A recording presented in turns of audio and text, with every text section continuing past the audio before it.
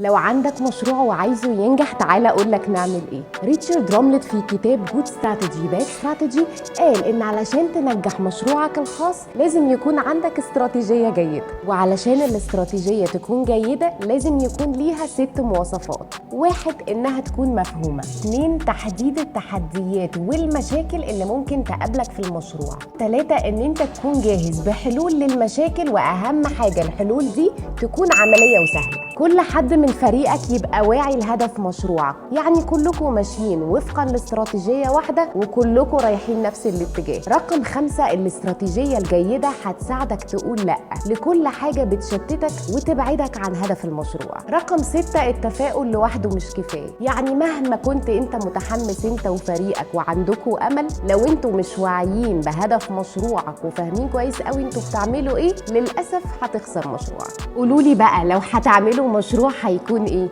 ولا استراتيجية جاهزة ولا لسه؟